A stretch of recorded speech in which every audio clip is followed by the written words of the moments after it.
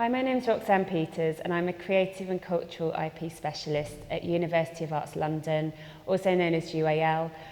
My role here is very much about raising awareness of student IP education within the creative industries, and it's important to say here that I'm not in a legal role. Anything I say is purely for educational best practice advice. So as a starting point, it's really thinking about, might sound really obvious, but it's thinking about who you are, what you want to achieve, and how you're going to achieve it, whilst always remembering that IP really lies at the heart of your business strategy, in your relationships, in the kind of agreements that you might make, and really looking at how everyone that's collaborating can mutually benefit from understanding the value. So in terms of what IP intellectual property is, it's an international legal right that protects the financial and reputational interests of creators and innovators. And it's really your agency for creating a value and making a difference. So as much as it's about your kind of financial success, it's also about the reputation that you build and the trust you build with different stakeholders, and really aligning yourself with other people's kind of initiatives, really thinking about why people want to work with you, why you'd want to work with them in business. And I think importantly, particularly in a space with evolving technologies and thinking about how the law is always chasing technology, it's really remembering that intellectual property works at the intersection of art, design, science and technology. So really what I'm saying is, whether you're a creator, a consumer, us all as citizens, we all are thinking about and experiencing IP every day. So just to give you a quick overview of intellectual property from a kind of fashion perspective, this slide just really gives a snapshot of some of the things that might be protected by intellectual property. And I think for fashion, it's important to say that these four areas of intellectual property will often work interchangeably and often kind of interdependently. So the first area to really think about are creative works, which are protected by copyright. This might include everything from your creative process in writing. It could be something like your marketing strategy that's written. It could be fashion photography, film, footage, production. And it's very much about the kind of fixed ideas and concepts that you have. So it's really important whenever you're thinking about your business to make sure that, because copyright doesn't rely on being registered, it's important that to protect your work, you have some evidence of signing and dating and keeping a record of all of your processes. So the next type of intellectual property that's really relevant for fashion designers particularly, and thinking about kind of innovative product, are design rights. They're often a little bit overlooked within other industries, but for fashion, it can be the type of protection that you register to protect the shape, and could be the lines or the frills of this dress. So it's really the shape designs rather than the kind of aesthetic, creative, if you like, elements of something. And you can protect design rights for up to 25 years if you register them in the EU. Or you can decide not to register them. Obviously there's a difference in cost, but it's not necessarily the fee that determines whether you register or not. It's much more about something will become commonplace after a certain amount of time. So it's ensuring that you have, there's fair competition in the marketplace, so you would protect your design rights for the time that you want to secure that monopoly. And then I think, in terms of the heavyweight, if you like, of intellectual property for fashion designers, but for any business really, it's trademarks, and trademarks can last forever. They have to be renewed every 10 years. They protect many things, which I'll go into a little bit more in detail shortly, but you can register them, or you can decide again not to, but I would always recommend that for any, when you're planning your business strategy, it's really key to think about embedding this IP thinking, and I think trademarks are the area where you would protect your name, your logo. It might be the colour of something, it could be the shape of something, it could be the sound of something. So it protects a lot of things. And then the last area that will be relevant to some people who are doing very innovative kind of providing solutions to problems, and again, particularly in fashion. If you think about, go back through fashion history, it might be Levi's who patented their denim as wearable workwear back in the 1800s. It could be Velcro. Coming up to date now, if you think about how many patents Nike register every year as part of, you know, just in terms of the kind of trainers that they are making and the kind of technology that they're using to, you know, it might be to make things more sustainable. Patents will underpin this kind of unique, innovative step. So to just go into a bit more detail about copyright, just to give you an understanding of the different layers, if you like. I don't want to refer to it as an onion as such, but with intellectual property, you'll often be dealing with lots of different layers of intellectual property in one product. So just as an example, this screenshot shows a fashion catwalk show. Most of the areas that you see or hear or experience will be protected by copyright. So it could be from everything from the sound right through to the storytelling around what you see coming down the catwalk. In some cases, it could be the garments themselves if they're considered works of artistic craftsmanship. Again, if you're using music, which most people will be as part of a show, you would need to make sure you've got permission from the person that owns the music. And then there may well be trademarks in different elements of, you know, any logos that are featured and that sort of thing. So I just wanted to come back to trademarks. Now this slide is a very kind of simple, if you like, overview, but again, 3 key areas to really think about when considering whether you protect your trademark and when to think about it. So the first thing is, what is it you want to trademark? And I think just to kind of, in terms of your time and research and the energy that you're putting into creating something, it's really important that you think about what your USP is and making sure you do your research to check that nobody else has already trademarked the name that you want. In my experience here at UAL, I've worked already with many graduates who are brilliant and really got a great future ahead, and already some of them have had trademark challenges very early on in their career. So I can't emphasize enough that you can actually go on a database online, which I'll refer to later, and check what already exists.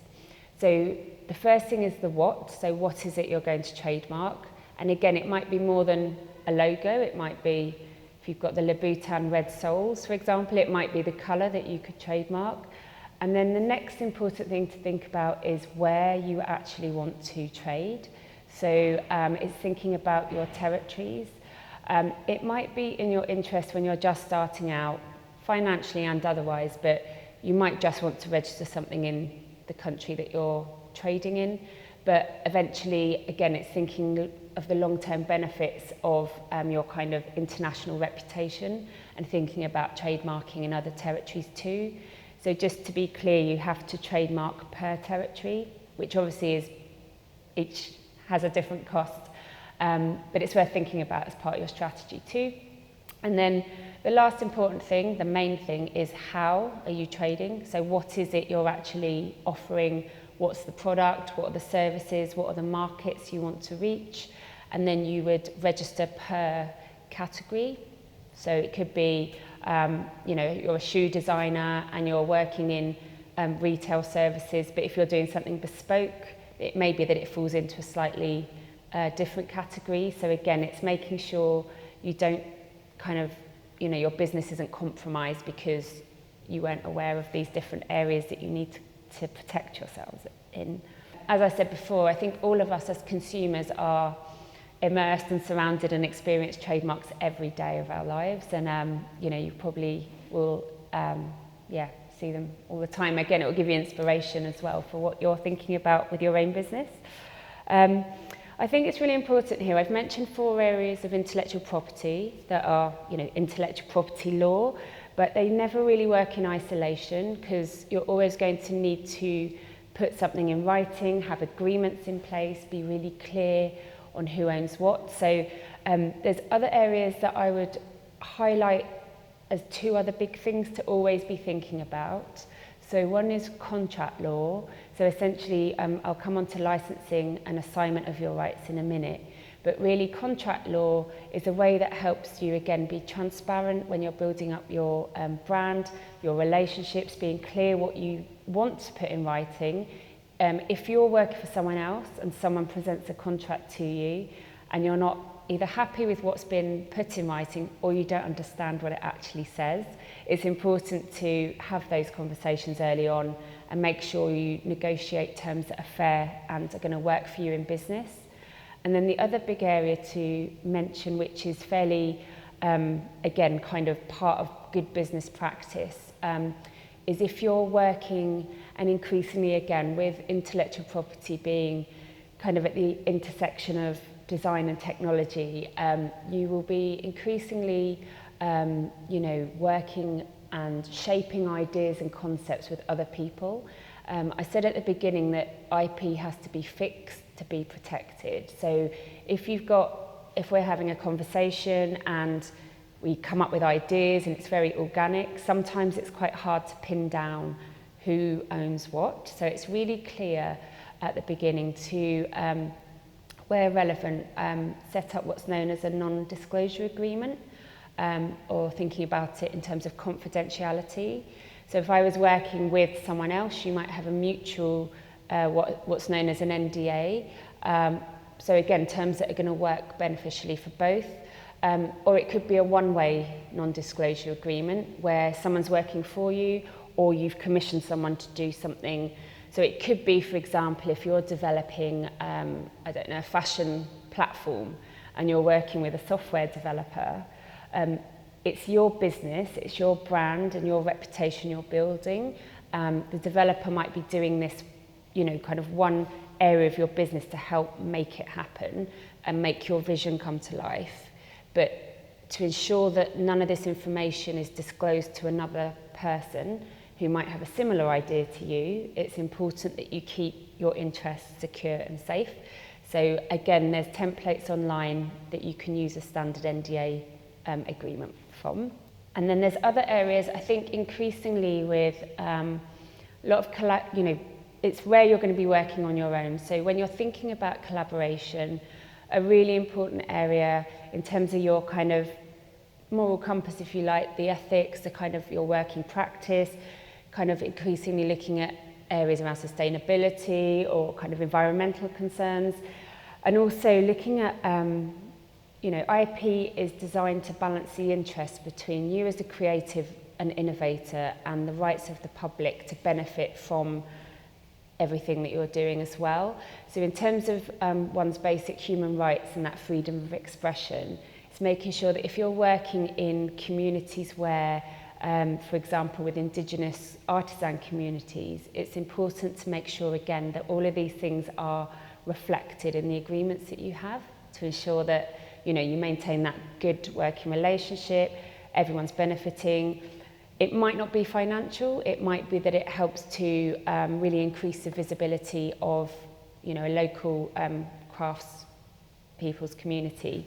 So it's, again, all part of your business strategy, all part of your IP thinking, but ultimately it's about always keeping the human at the centre and making sure, you're working in a kind of open, transparent, trustworthy way. So when to think about it, I would say always, but not to be kind of intimidated by it. The whole point of me kind of doing this webinar is to really look at how it can enable your kind of success, your kind of building your reputation, and not compromise your interest because you weren't aware to think about it in this way.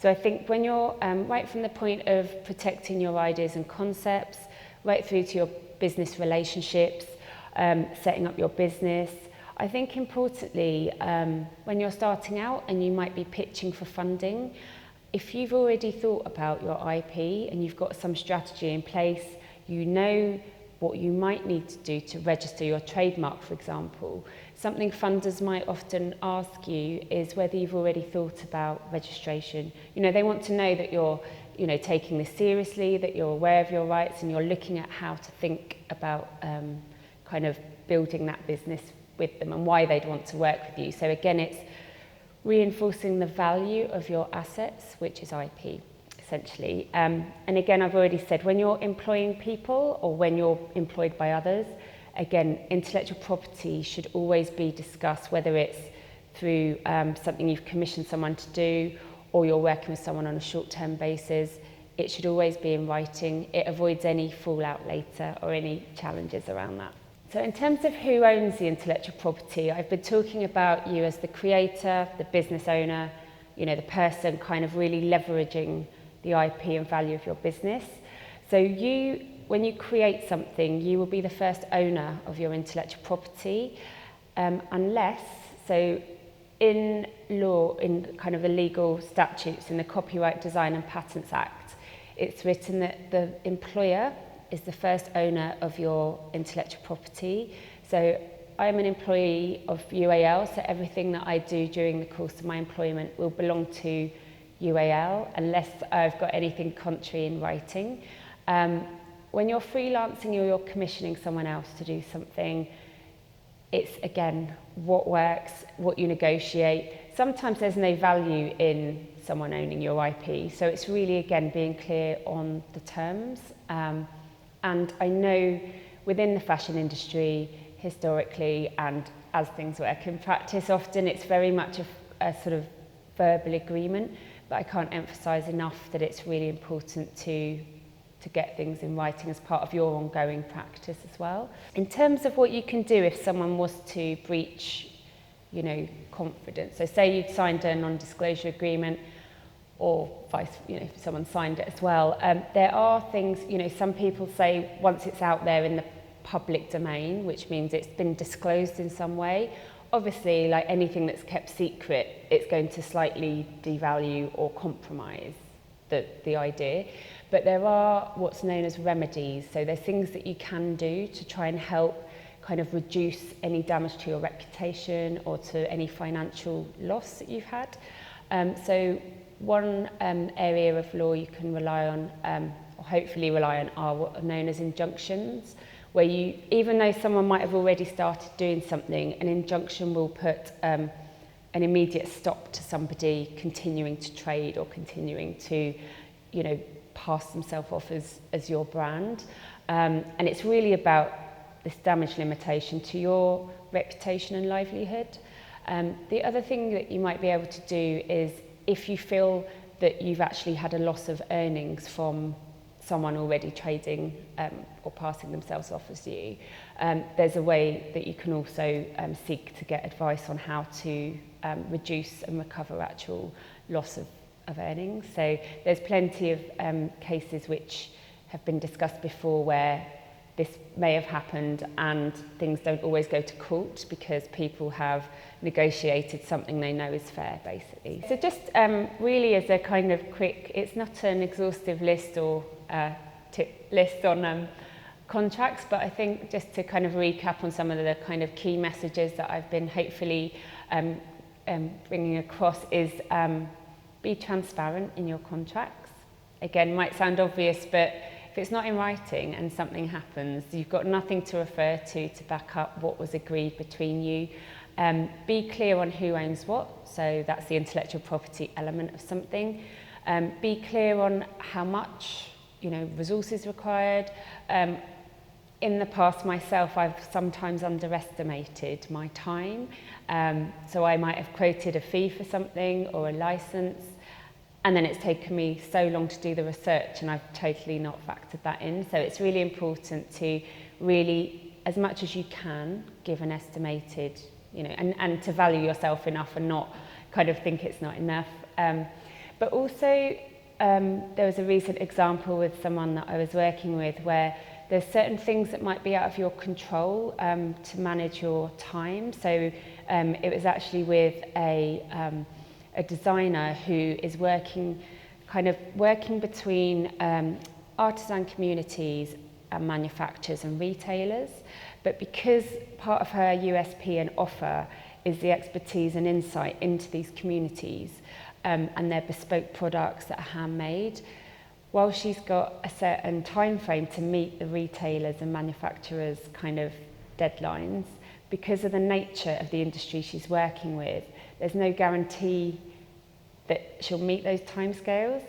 So it's about thinking about things like that and being able to build that into a contract as well, where as much as possible you will deliver to those timescales, but there may be extenuating circumstances that means that might not always happen, and to be flexible, I think, within the terms of your agreement. And related to, I've been talking a lot about your business strategy, how IP is important for your business thinking, and talking about particularly trademarks and building your brand. So this is just really a checklist which is all relevant to you thinking about your intellectual property. So it's what will you call yourself? Again, as I said before, when you spent a long time developing a name for yourself, and it's happened to people I know where they want to use their own, birth name, and then they find out someone's trademarked it in China, and they've already done a few seasons under their name, and that's really unfortunate when things like that happen. So when you've decided what to call yourself, make sure no one else has already stolen your name, hopefully not, and think about what you have developed. So everything you're actually generating, creating, collaborating on will end up with a tangible product, a logo, packaging, marketing. All of these areas you'll need to think about your IP. And that's really thinking about what's included in your brand and how you're going to manage those different elements of your brand. And this also includes thinking about your online presence as much as offline. So again, when you're building your website, making sure you've got your IP address license, make sure you secure the domains that you want. Again, your website itself will contain elements that are protected by intellectual property and what are known as database rights. So it will include the layout of your page. If you're commissioning other people to write for you, or you're showcasing other people's work, everything then featured within that page breaks down into different layers of intellectual property.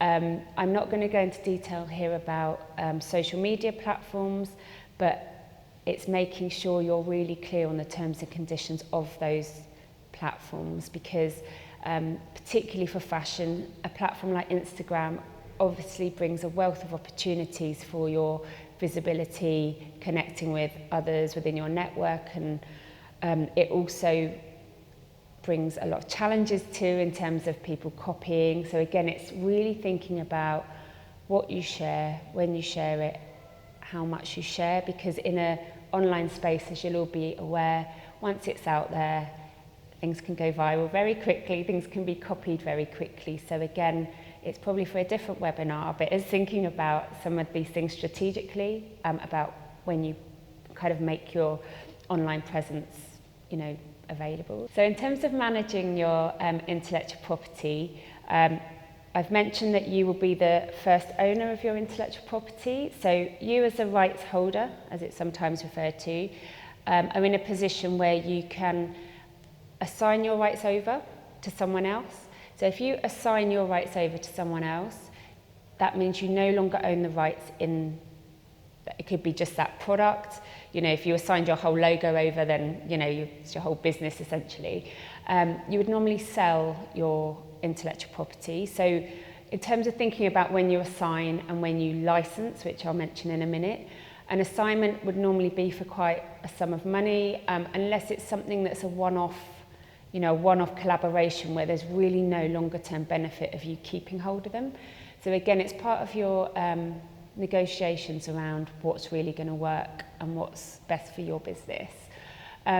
Licensing is something that's kind of really underpins most big trade agreements, franchises, and startups. It's really your way to keep it simple. It's really an agreement with one or more parties. Within that license agreement or contract, it's whether you grant your rights on an exclusive or a non-exclusive basis.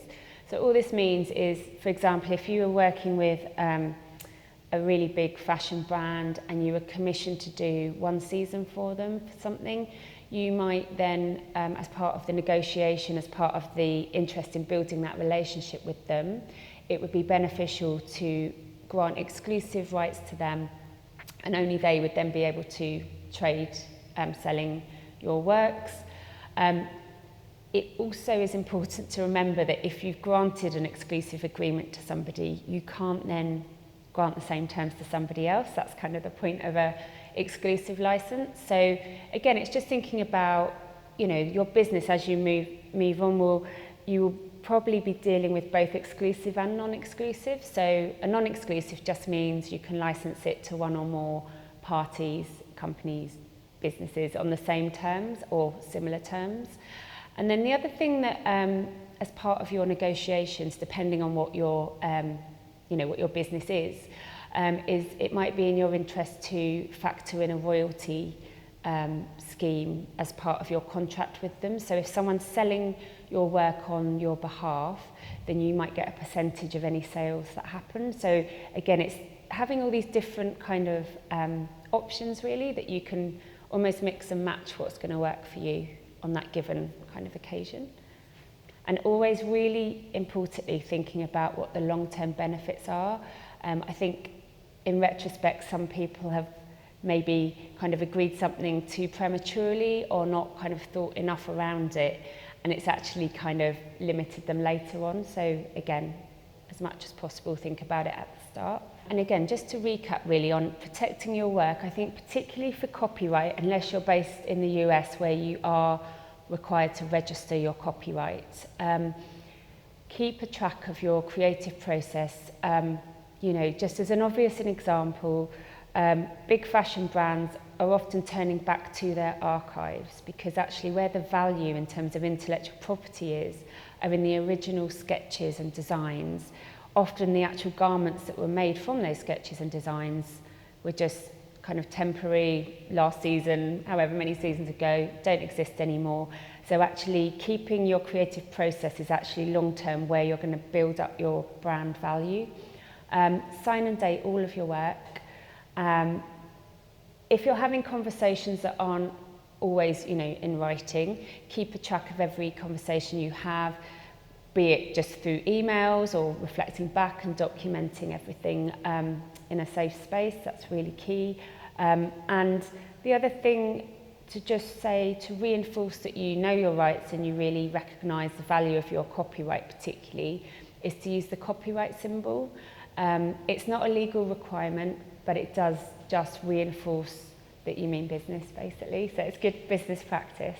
And there's a wealth of resources that I can refer you to, but I think because we've been talking about kind of registration, looking at your business strategy, I think the two that are really useful is the UK's Intellectual Property Office's website. This is also the place where you can check whether a trademark's been registered already on a database. There's also a really good tool on the Intellectual Property's website called an IP health check, which gives you an opportunity almost to do an audit of where you are with your business. And even if you're at the early stages, it will just get you thinking around the different types of intellectual property that might be relevant for you. The other website is the World Intellectual Property Organization. So again, that kind of has things like the trademark database, like for global trade, so you can check on there too. They also have really amazing case studies and resources around kind of global initiatives. And it might be from, social enterprise right through to very commercial luxury brands. So it's quite a kind of range of different initiatives to draw inspiration from. The UAL also has, we also have our own online resource for IP called Creative IP. It's an evolving site that has lots of content, case studies, relevant articles within the creative industries. There's also a very good link to legal resources. So certainly in the UK, we have a number of law firms. Appreciate when you're starting out, you might not have the income. It could put you off even thinking about registering your trademark, for example. So there are a number of law firms that offer pro bono free advice, and you can go to a lawyer, really sit down with them and really kind of be prepared to make the most of that time because it's invaluable. And then just if you're interested in kind of, again, the intersection of fashion, art, tech and law, I'd really recommend the Fashion Law blog post site because it's, the Fashion Law blog. It has a really, it's really up-to-date kind of industry, case studies, everything that we're seeing in the press more and more with celebrities particularly. Well, in this very short 20 minutes or so webinar, I hope this has been a good overview to get you really thinking about embedding IP into your business strategy.